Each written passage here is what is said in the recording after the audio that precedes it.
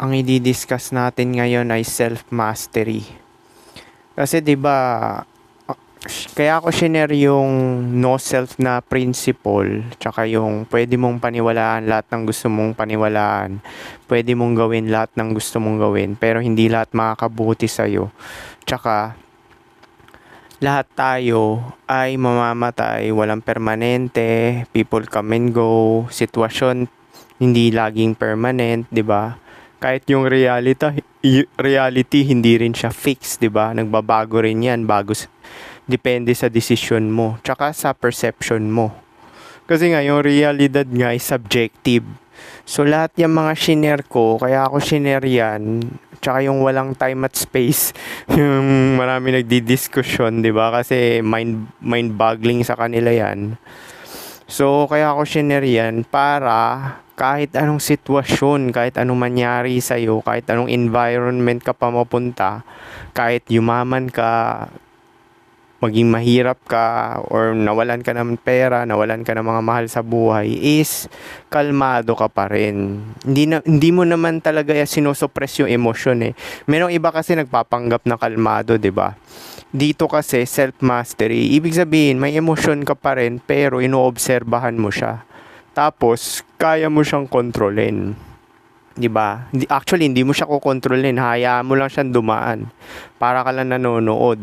Ganun lang siya.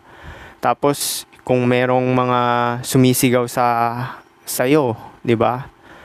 Kuwari sisigawan ka, titingnan mo lang siya sa mukha na parang wala lang, 'di ba? Ganun lang, hindi ka maapektuhan sa mga ginagawa ng tao, kesyo positibo man 'yan or negatibo. Kasi nga, 'di ba, praises ng tao or criticism is wala naman talagang kinalaman sa iyan, 'di ba? Yun ay projection lang nila. Ibig sabihin, yung gusto nila at ayaw nila sa sarili nila, pino-project lang nila sa iyo. Tsaka yung version nila sa isip nila, pino-project nila about sa iyo. Kuwari, sinabihan kang good boy, yun yung version nila kasi uto-uto ka. 'Di ba? Sunod ka na sunod sa mga pinapagawa nila, 'di ba? So, yun yung version nila, 'di ba? So, pagka nalaman mo na yung mga ganito, yung mga basic principles na mga pinag-share ko, which is ang daming clip dyan, panoorin yung lahat, is gagawin ka niyang master, 'di ba? So, hindi yun, gagawin ka niyang master, 'di ba? Sa sarili mo. Kaya nga self-mastery, kokontrolin mo lang talaga yung sarili mo, 'di ba? So, ito pwede mo itong ilarawan ng ganito. Self-mastery ay ang kakayahang manatiling kalmado, malinaw ang isip. Kasi pagka neutral ka lang, nakakapag-isip ka ng tama eh. Ibig sabihin, nakikita mo yung good side at bad side na sitwasyon. Tapos, nakakaisip ka at nakaka-decide ka ng action o reaction na nararapat para sa sitwasyon na yon. Pero ang pinakamaganda talaga, wag ka mag-react eh. Yung parang silence ka lang. Or mag-set ka ng boundary mo, 'di ba? Or yung soft ghosting na tinatawag ko, gray rock method. At may control sa sarili kahit ano pa ang mangyari sa paligid mo, kahit mahirap ang sitwasyon. May mga taong mahirap pakisamahan o hindi pabor ang kapaligiran. Yan yun. Kasi 'di ba sa manifestation kasi diyan, marami ka makikita diyan sa TikTok nagsi-share, 'di ba? Na umalis ka sa environment mo, iwasan mo yung mga negative na tao. Ang true mastery talaga is magsiset ka ng boundary, 'di ba? Tsaka iiwasan mo sila. Kasi 'di ba sinasabi nila, iwasan mo yung mga negative vibe. Marami naman tao sa mundo 'di ba? Paano kung pumunta ka sa mga mall, sa mga gusto mong puntahan, may mga tao ka talaga makakasalamuhan na ganyan, mamimit na ganyan. Pati yung lugar, 'di ba? Kuwari, napakapunta ka sa lugar na parang low vibration. Ibig sabihin negatibo, kagaya ng mga bar, mga ganyan. Pero kung conscious ka, hindi ka pupunta sa mga ganun eh. Kontrolado mo pa rin talaga. Pero, kuwari, gusto mo lang mag-aliw kahit paminsan, hindi siya makaka-apekto sa'yo. Actually, may nag-comment niyan eh, yung low vibration na na lugar daw. Sa totoo, pag pumunta ka doon, low vibration siya doon, maapektuhan ka ng mga tao, pero depende pa rin yan sa self-mastery mo.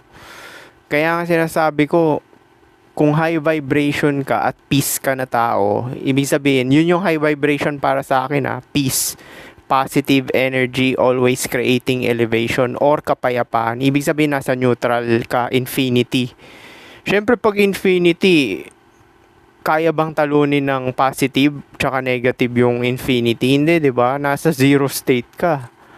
Kaya nga zero state ang pinaka highest frequency kasi hindi ka uncontrollable ka kahit pumunta ka sa mga low vibration na kapaligiran, kuwari bar, Coliseum, nanood ka ng concert kasi hina-harvest yung ano mo yan, 'di ba? Yung emotion mo. Or nanood ka ng mga sa sinihan, yan, yung mga ganyan, 'di ba? Low vibration yung mga places na yan, basta kinukuha yung emotion mo. Any emotion kahit positive or negative, low vibration pa rin tawag dyan. Kasi ang totoo lang naman talaga na high vibration is alignment. Ibig sabihin, hindi ka makakaramdam ng mga happiness or sadness or Actually, parang elation tawag nila dun Basta daig mo pa yung nakadroga, biruin mo na sa stillness ka, as in payapa, para kang patay na. Ganun yung pakiramdam, di ba? Ganun yung mga pakiramdam ng mga awakened na tao, di ba?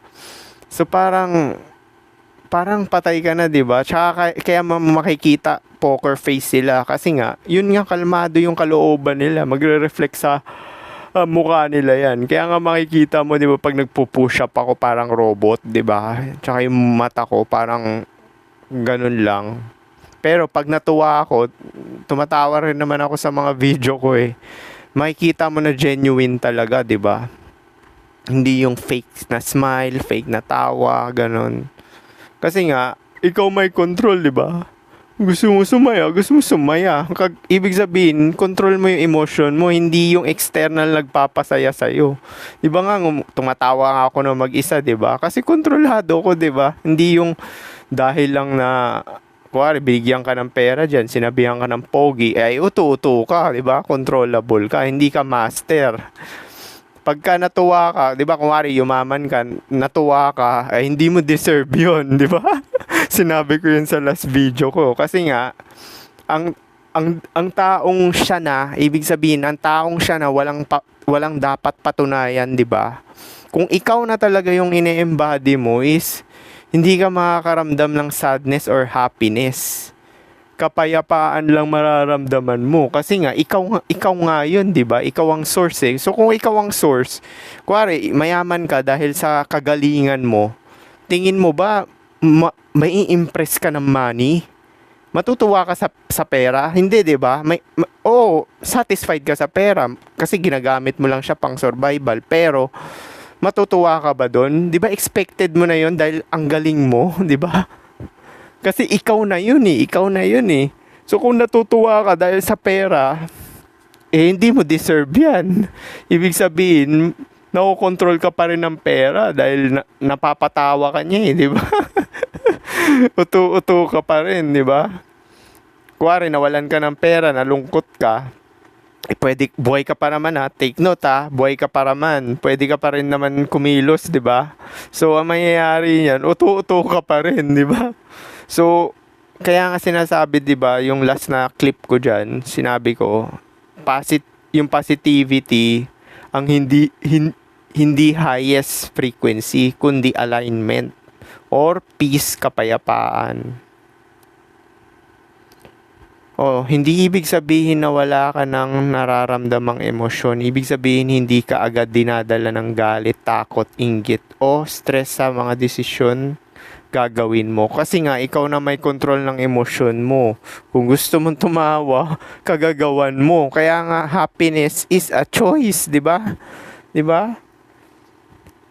Happiness is a choice. Sadness, kagagawan mo rin yan. Kung nalungkot ka, kasi na-brainwash ka ng lipunan, kinukumpara mo yung sarili mo sa achievements ng iba.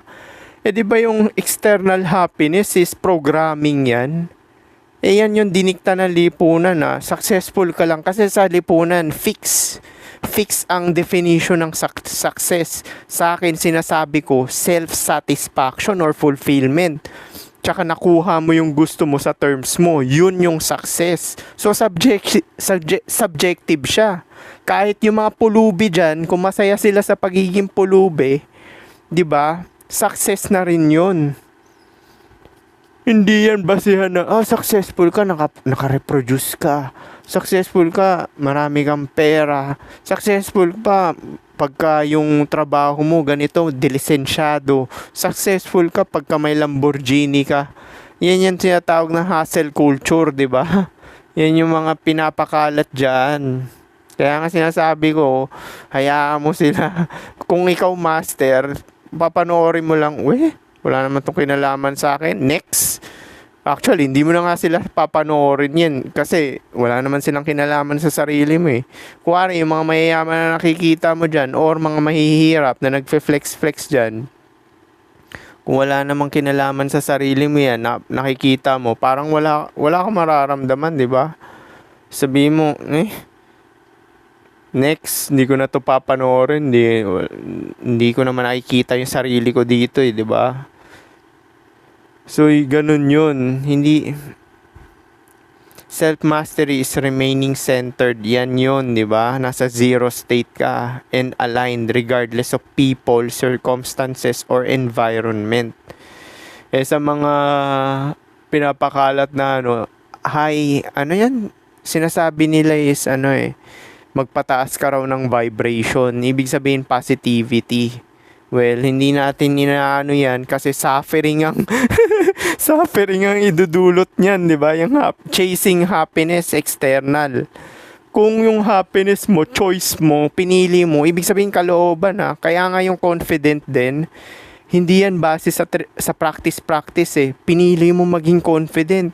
Ganun kalupit yan. 'Di ba sa atin sasabihin mo confident ka dahil pre-practice mo or may napatunayan ka. So utu-utu ka pa rin. Kasi yung confident mo nanggagaling sa external. So ang self-mastery or master, lahat ng mangyayari sa'yo galing sa internal. Ibig sabihin, choice mo. Take note, ito yung pinaka-key dito, choice mo. Kung nalungkot ka dyan, kasalanan mo, choice mo yan. Kung masaya ka, kasalanan mo. 'Di ba? Dahil choice mo 'yan. Eh yung iba kasi mga uto-uto eh.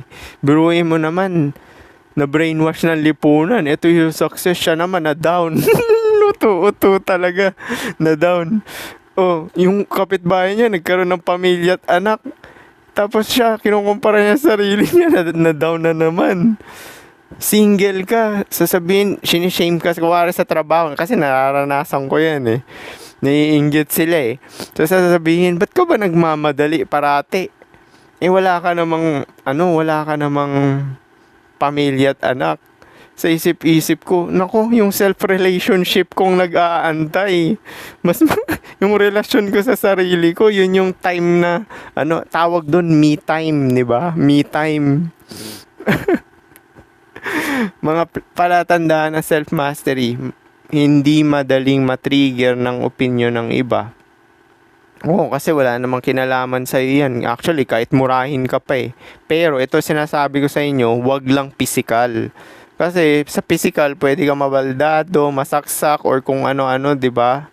So kung physical, karapatan mo na ipagtanggol yung katawan mo hanggang kaduluduluhan, di ba? Sino mauna sa inyo? Pero kung mumurahin ka, kalait-laiting ka, wala kang pakialam niya, bahala ka dyan. Titingnan mo na lang yung tao na nanlalait sa'yo. Ano kayang iniisip nito? Bakit galit na galit siya sa akin? Mananatiling kalmado. Actually, nakakahiya yun sa part niya kasi lumalabas yung pagkatao niya, di ba? Kaya pagka ganun, technique, tititigan mo lang, wala ka talaga sasabihin. Actually, nakakahiya yan. Kasi meron akong ganyan sa trabaho ko dati. Sumisigaw yung clerk. So ako, tinitingnan ko lang, tas ini-ignore ko. Tas sabay yung mga tao sa paligid, nakatingin sa kanya. O, di ba? Kaya yung mga ganun, lalabas character mo. Minsan nga maraming maiinis sa'yo pagka kalmado ka eh. Kasi yung nakikita nila yung reflection nila sa'yo. Yung projection, di ba? Kasi pagka ganun, di ba? Kunwari, neutral ka. Salamin ka kasi pag neutral ka eh. So, kung neutral ka, may emphasize yung insecurity ng tao. Kunwari, insecure yung tao. Nakasalamuha ka niya, lalabas yung insecurity niya kasi salamin ka nga, neutral ka, di ba? Kasi pag neutral ka, as in, confident ka, tapos sabay, hindi ka judgmental, tinatrato mo pa rin siya ng tama kahit na ano, 'di ba? May hinanakit siya sa iyo, 'di ba? So, ang mangyayari nun, kaiinisan ka niya. Kasi salamin ka nga eh, 'di ba? So, kung yung mabait naman yung tao, nakikita ka niya, may emphasize yung kabutihan niya sa kalooban niya. Kasi nga, pag neutral ka, para ka si God talaga. Actually, si God ka nga talaga. Salamin ka nila, di ba? Kaya nga sinasabi ko, lahat ng mga tao na mamimit mo is reflection mo yan, kahit pa good or bad. Kasi nasa sayo na yan eh. May control ka naman kung papapasukin mo sila sa buhay mo or hindi eh. Kaya nga sinasabi ko dyan, kunwari, mga toxic relationship, nagtapos yung relationship, walang may kasalanan nun. Dalawa kayo, di ba? It takes two to tango kasi magka-reflection kayo eh. Now, kahit naman kaduluduluhan, magkasama sila, okay, meron naman self-benefit kasi na napapakinabangan sa isa't isa, kaya naman nagtagal yan. Pero,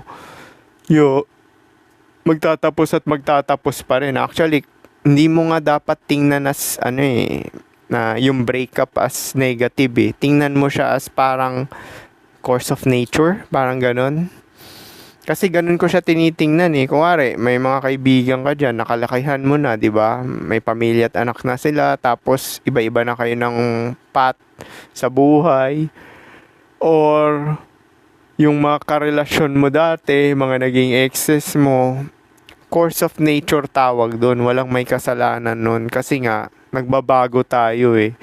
Yung kahapon na ikaw, hindi na ikaw ngayon, di ba? At ganun din kabilis magbago. Meron nga maiba dyan, ay pagising nga. Kuwari, ito ang mahirap. Kuwari nagka-awakening yung kapartner mo. Kuwari, or ikaw man nagka-awakening ka sa kalagitnaan na partner mo. Now mapapaisip ka na dyan. Kasi yun yung lumang version mo, 'di ba? Yung nakarelasyon mo siya.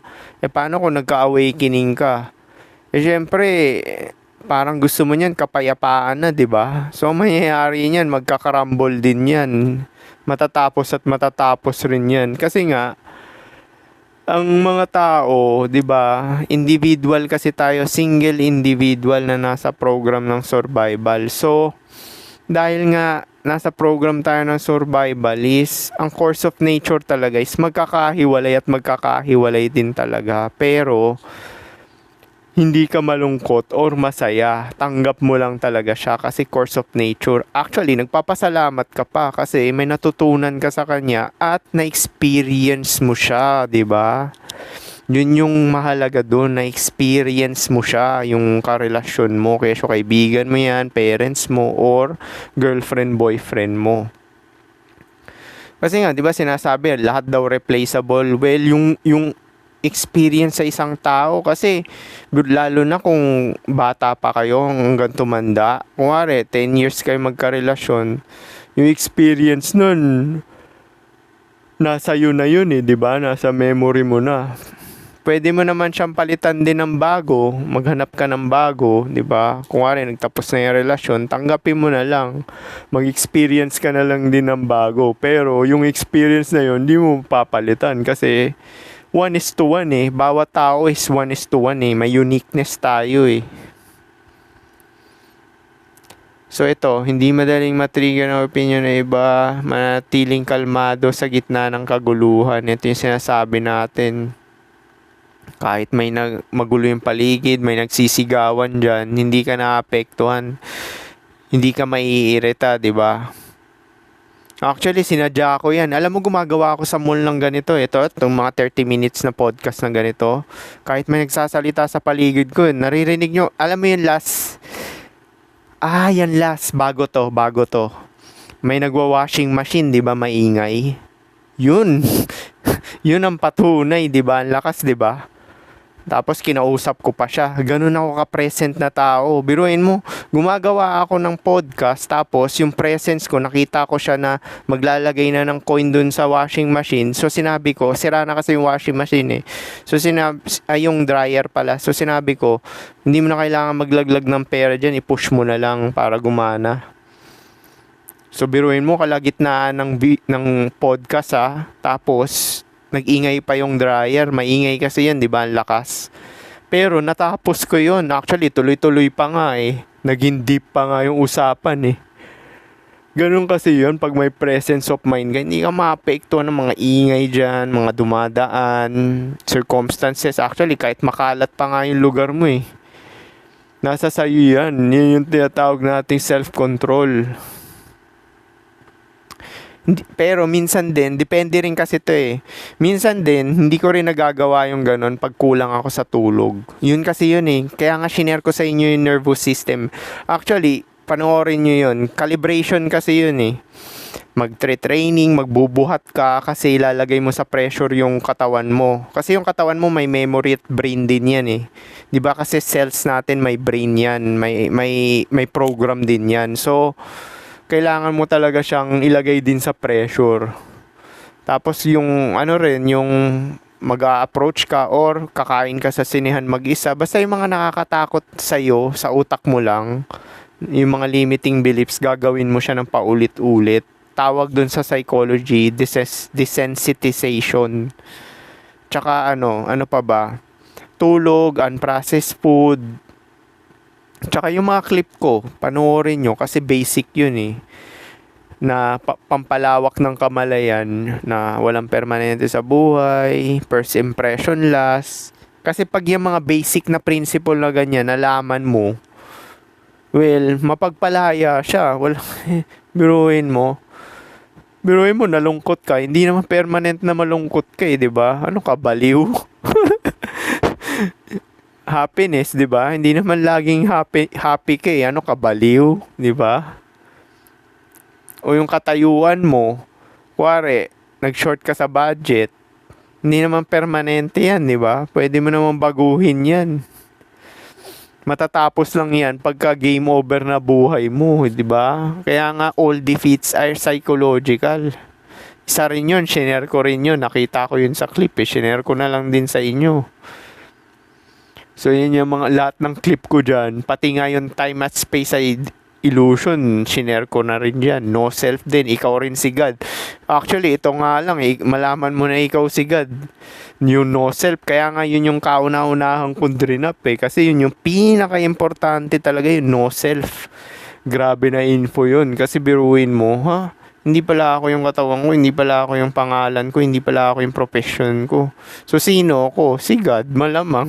Pag nalaman mo na ikaw yung zero, hindi, wala ka nang pakialam sa mga, gagawin mo na lang yung mga gusto mo, di ba? Isipin mo yung mga gusto mo. Pero, makakabuti. Kasi meron namang iba dyan ng mga tao, ako nga si God, walang limitasyon. Totoo rin naman, kaso may batas tayo eh. Ginawa ni Vitali yan, di ba? Yung vlogger. Actually, awake din yung tao yun, kasi nalalaman ko eh, may glow kasi sa mata eh. Makikita mo kung awake yung tao, yung glow sa mata. Ibig sabihin yung stillness nandoon. So, ginagawa niya nga yung gusto niya, 'di ba? Nagpaka-enjoy siya masyado sa Pilipinas. Yun nga lang may cause and effect sa batas, 'di ba? May impact pa rin 'yan. Hindi depende ang kapayapaan sa panlabas na sitwasyon. Yan yun. Pati yung emotion mo, choice mo na yan, 'di ba? Ibig sabihin yung estado mo. Kaya nga kung lumungkot ka diyan, kasalanan mo. Kung masaya ka, kasalanan mo rin, 'di ba? Hindi ka na maapektuhan. Actually, pag kagaya na sinampol ko kanina, kumari dumami pera mo, natuwa ka, hindi mo deserve yan, utu-utu ka, 'di ba? Kasi kung ikaw na talaga yon, byproduct lang yung money dahil napakagaling mo. Actually, kahit di ka magaling, basta gusto mo yung ginagawa mo eh. Hindi ka mai-impress ng mga validation ng ibang tao. Hindi ka mai-impress na ano, sa mga praises, criticism, hindi ka maapektuhan yan. Pati judgment. Pero, ang sinasabi ko lang sa'yo, iba ang physical, di ba? May karapatan kay pagtanggol yan. Dahil katawan mo na yung ano eh. Nakasalalay din dyan eh. Nakakakilos ayon. Pero, ito paniniwala ko sa buong buhay ko wala pa naman na physical sa akin talaga ng ano eh. Kasi nga, nasa estado mo pa rin yan eh. Kasi yung internal mo pa rin talaga. Kaya nga sinabi ko, never ako bibili ng baril. Kasi parang nag-expect ka pa na may mga mangyayari, di ba?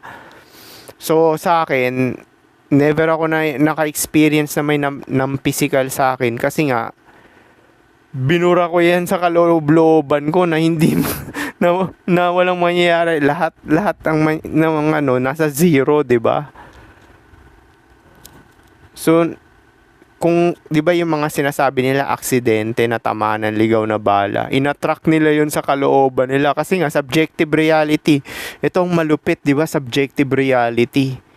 So, ibig sabihin, kung natamaan ka ng bala, inattract mo yan sa kaloob-looban mo. Wala nga aksidente. Dati medyo naguguluhan pa ako niyan eh. Sabi ko, bakit mabait siya tapos nauna siya at natamaan ng bala.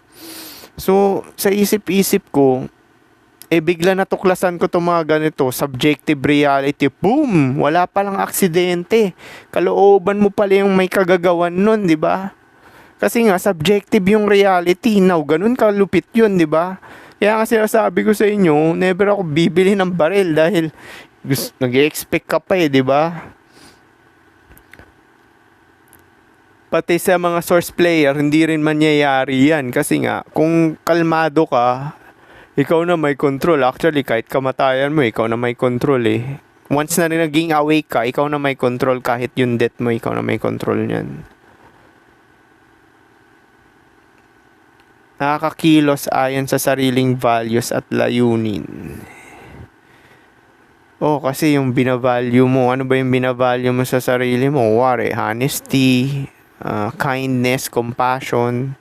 Narinig ko rin to sa YouTube yung compassion talaga Grabe yung compassion. Kasi, yung compassion kasi, manggagaling yan sa pagmamahal mo sa sarili mo Hindi ka nag-e-expect talaga. Ginagawa mo lang yung kindness tsaka compassion sa tao nang walang kapalit, di ba? Parang yung araw. Maiinis ka sa araw dahil ang init. Pero kung wala naman siya, mamamatay ka rin dahil sa lamig. Pero ginagawa niya lang yung role niya. Now, compassionate ba yung araw? Oo, 'di ba? Pero wala siyang pake. Ginagawa niya. Yun ang malupit dun, 'di ba?